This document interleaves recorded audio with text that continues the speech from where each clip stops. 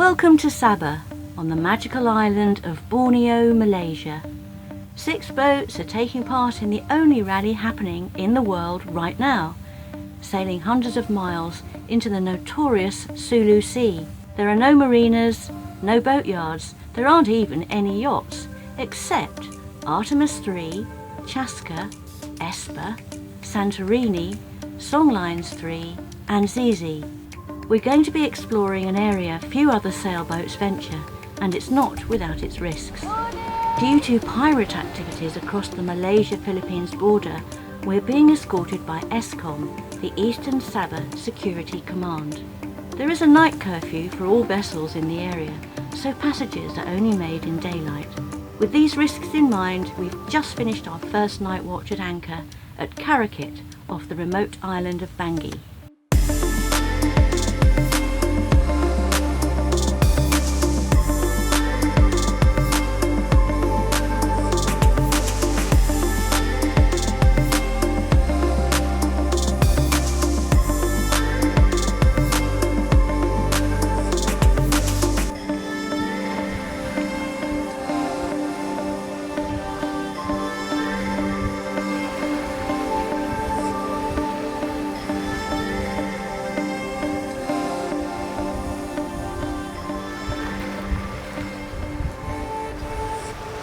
We are gradually working our way through the fleet to the front, and at the moment we've got Santorini just over my shoulder. We're coming alongside.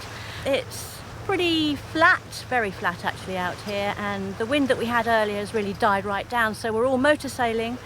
The sails are helping quite a lot, giving us a little bit more speed, but not quite enough to just sail because we won't hit the anchorage that we want this evening. So they look good, Santorini, they look very comfortable. We're very comfortable. Sadly, so are my lures. They're not doing their work. They're just lying there in the sea looking pretty. Something on the end of the line. It's either a fish pulling or a bag that's dragging under.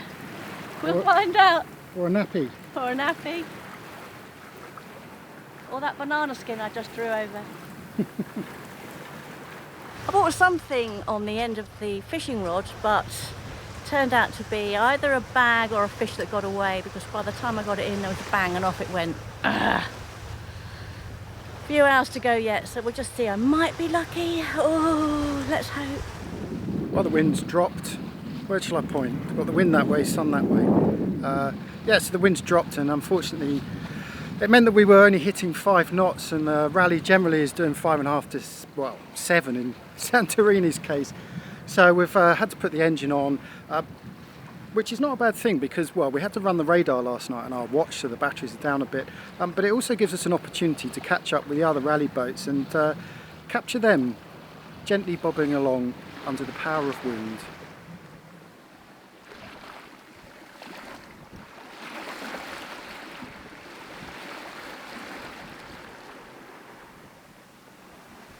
ZZ is a Leopard 45. We bought her in Durban in South Africa. They built in Cape Town.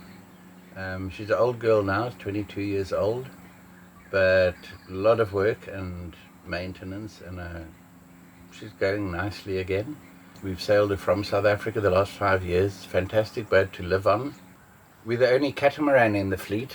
I'm used to sailing monohulls, so it was quite a transition to a catamaran.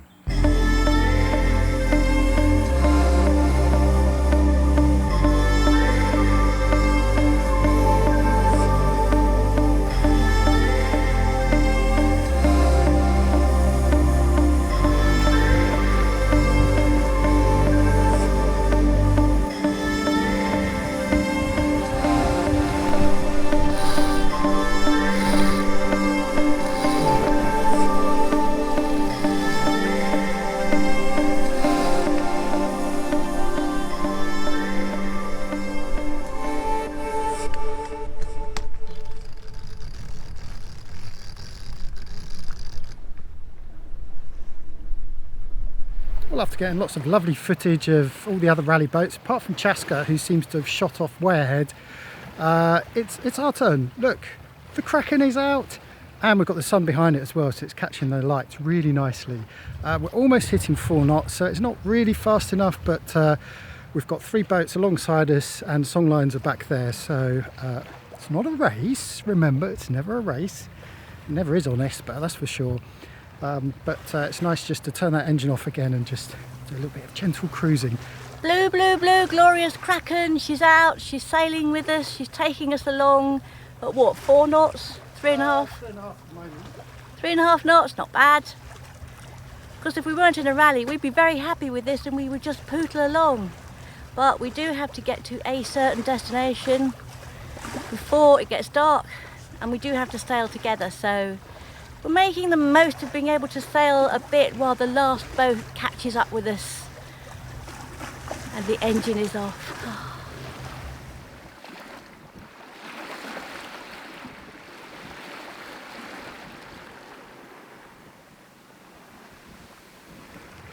Behind me is the island of Jambonglang.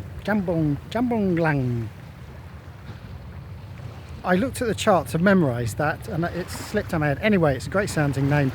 This is going to be our home for the night, but we're going around to the south side and it's littered with lots of reefs and sand spits and general houses. In fact, you can see one just here. The sun has come out, so the lighting's much better, which means we get a much better view of these obstructions, quite close to this one, but they're all quite clear on the satellite images, so that's all good. So we're going to go round the corner and tuck ourselves up on the south side of Jambonglang.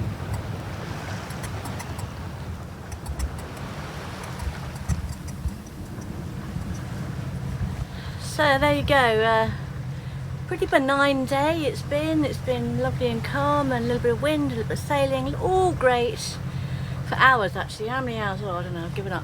And just coming into the anchorage now, we have got the proverbial hitting the proverbial. The horizon in front is dark grey, shades of grey, and great curtains of rain coming down. Oh, it's going to be fun anchoring.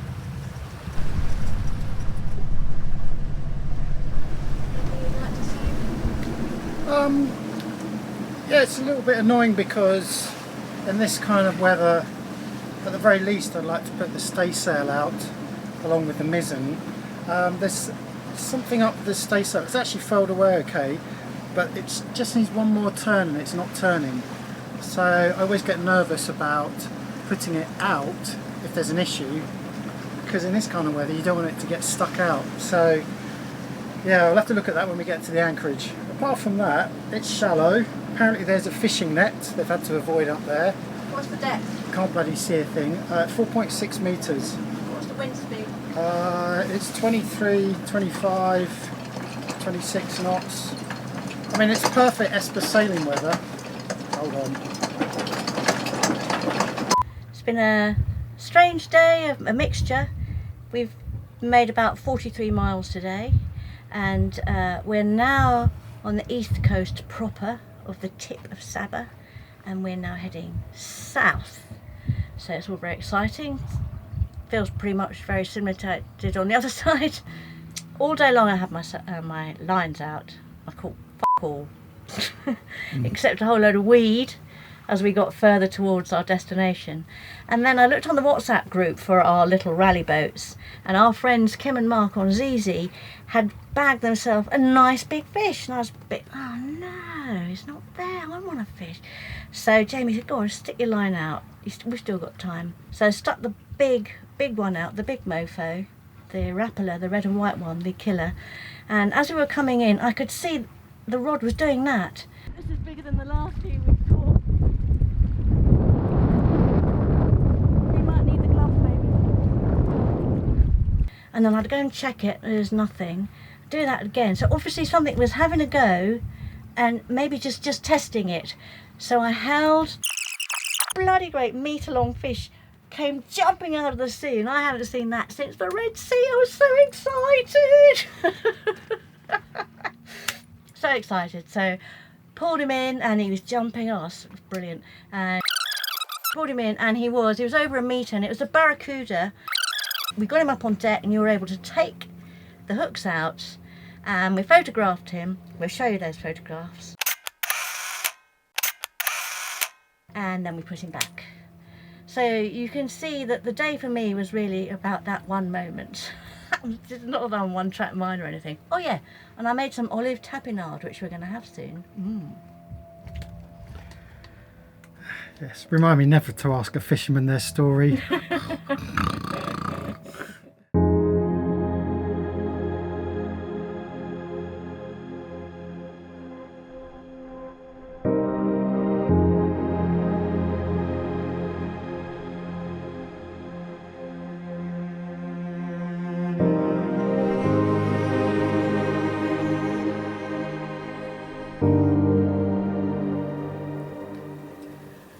Oh, morning. It's just after 6. Supposed to be going at about 6:30. I think most of the boats are up. I can see some movement. A little bit of wind from the south, breeze from the southwest. Blue skies. Yeah, I haven't woken up yet. I'm halfway through my first coffee. We've just turned the engine on, just getting everything ready to go. And yeah, we've got a 48 nautical mile passage today to Turtle Island, and this is where we're supposed to be able to see the turtles laying the eggs, and I think possibly even there'll be some hatching. It's a long day because we go on to the island at 6 this evening, that's in 12 hours time, to watch from the viewing deck. Normally it's all covered in tourists and visitors, but of course it's just going to be the 6 boats this time, so I'm hoping it'll be a little bit more of an intimate affair with just us there. See what happens. This is, of course, if we can actually stay there, because if the weather is really bad, there's not much protection at anchor, so we'll find out when we get there. I've fixed the furling problem that we had on the staysail, so it'll be nice if we can get the sails out today and have a good run. The winds though, it's going to be interesting to see what happens, because we have some pretty big weather happening over on the north side of Borneo, and we may get some residual wind coming off over the east side. Not sure, I don't know, obviously we don't know this area, so it'll be interesting to see what happens today.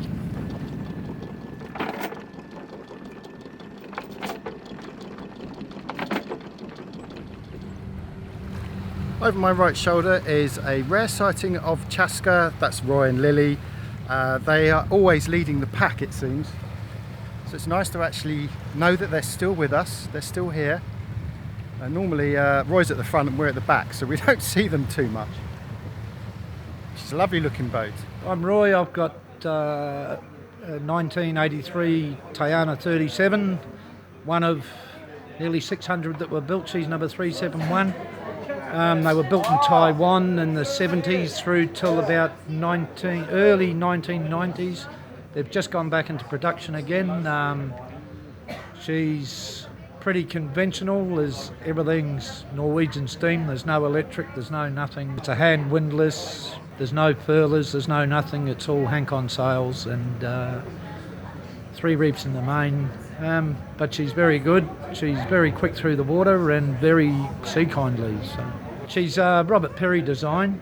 Robert Perry's still around today, and he has a very good Facebook page, and you can get in touch with him. He's back in touch with you within 20 minutes if you've got any questions to ask, and he's very helpful. So I love my little old double ender.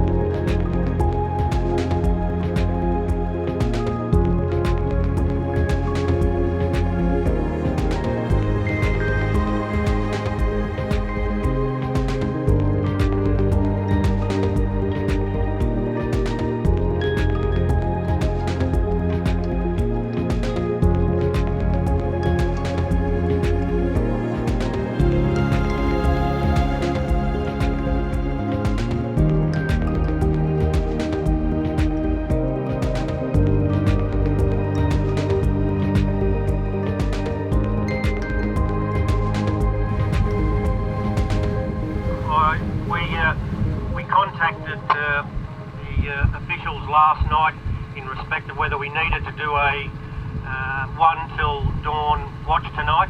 Their view was that this is a high risk area because we're offshore and quite close to territorial waters, and they said that we definitely had to do a watch tonight. So I tried, but unfortunately it is a high risk spot in there, and they want us to do the watch. When do these winds start kicking in? Roger, got that. Maybe give them an hour. Right. Because these guys are doing all day today, they'll be up until tonight. We just had a morning net where all the boats get together and we talk about what's going on and we share ideas and questions. And one of the things we've been discussing is what time we depart tomorrow morning. The schedule is to leave Turtle Island at 7, which is absolutely fine. That's an extra half an hour or an hour lie-in for most of us. However, we are doing night watches because this is such a dangerous area, and 2 of the boats will be watching from 11 when we get back from turtle watching until 6 in the morning. Their worry is that they will have spent 9 hours travelling today, and then they will have spent up until 11 on the island, and then they'll be doing a night watch, which basically means they get no sleep. Some of us were advocating to leave later, and others wanted to stick to 7 o'clock. I was one of the ones that wanted to leave later, and Jamie wanted to stay and go earlier. The problems are twofold. First, we have to think about what the weather's going to be like. It is only a short hop tomorrow, only 22 miles, so we've only got about 3 to 4 hours of sailing. But if the winds are against us, it could be really uncomfortable. The whole area is high risk. This is particularly high risk. We're quite a long way out offshore, and Eskom have told us that this is a bad area and that night watches must be kept. So the majority ruled, and we will be leaving at 7 tomorrow morning, so 2 of the boats really won't get much sleep, but you know, that's sailing. So after going through those reefs, the wind picked up, and first of all it was quite tight on the nose. It was a good, well, it was 30 degrees true, which is a bit too close for us to be close hauled, but the wind has slowly come around a bit. A couple of the boats have gone off to find the wind, so they're actually moving away from the waypoint. ZZ did the opposite. They went into the winds just to get a better angle to eventually put their sails out. It took us a while to find the wind, but here we are. We are now fully sailing, all sails out, engine off, and Liz is tending to her poor fishing line. She got them wrapped up after catching some weed. You've got to say, is it worth it? I mean, I'm getting there. This is an expensive line.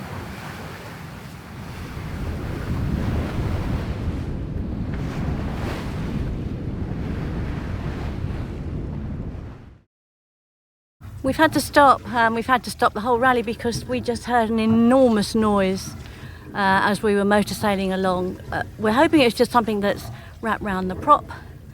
Jamie's putting his stinger suit on because the ocean is full of nasty looking jellyfish, so he's just going to put that on, then he's going to go in and have a look. Yeah, it didn't sound good. It sounded like teeth grinding. Yep. I'm not looking forward to finding out what I see down there.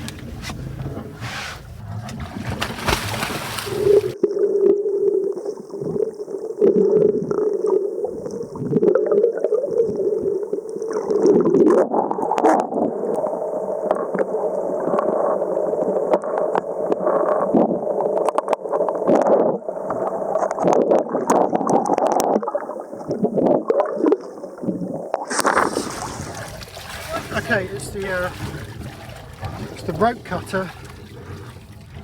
Rope cutter's come loose. It's rattling, so I think what we need to do is to turn the engine off. We need to get the hooker system out. Sun lines, Esper. Yeah, hey Lindsay. Okay, so it's my rope stripper. It's just come loose. It was making a horrible noise, but I think I'm going to have to get the hooker out and just go down and see what I can do in terms of tightening it up. Copy that. Everybody else on the fleet hear that? Just a copy. Well, he's gone down now with the hook, using the hooker system, so he can breathe underwater basically. Going to see if he can work out how to take the rope cutter off hopefully something hit the rope cutter. It did its job, but it's broken it or cracked it, so there's nothing wrapped round. Just got to get that rope cutter off now. Right, I've caught my breath. So what happened there? Happily motoring along, and then suddenly there was this chattering noise, like you could tell it was teeth of some description. Something didn't sound right at all. So you always think of these worst case scenarios, that perhaps the prop had fallen off or something. Anyway, turned out to be the rope stripper. So what's happened is the rope stripper sits on a mounting system that sits on the shaft, and it's made up of 3 parts, but they all sit on this 2-part thing that sits on the shaft. And I think what had happened was that had slowly over time that had started to come a little bit loose, and there are some moving parts and there are some stationary parts. As the bracket started to move down the shaft, the moving parts were moving away from the stationary parts, so that a gap was being created, and that gap meant that the stationary parts were actually starting to move. They're not supposed to move backwards and forwards. Just so grateful that after that the heavy wind we had earlier, we had a bit of slop in the sea, and as you can see now it's all completely flat, so I'm just lucky it happened there. One thing of note though was that I noticed that it happened outside the international treaty line. I'm not entirely sure what that means. Let me go and have a look at the chart, but it's obviously some dotted line that maybe even suggests that we're outside of Malaysian waters. Anyway, the point is that we're pretty much sitting ducks, stuck here, all 6 boats, having to wait. Fortunately, the Escom guys came round as well. They closed in on us. So yeah, little bit stressful. I think under normal circumstances we would have just taken our time to sort it out. But all the while I'm thinking there that A, we're trying to get to our anchorage as quickly as possible. B, more importantly, of course, the situation we're in at the moment with the whole, you know, piracy and security thing. So it's a bit of drama, isn't it? We just heard someone on the rally fleet saying they'd lost their engine. I'm just going to stand by near Chaska because his engine stopped it.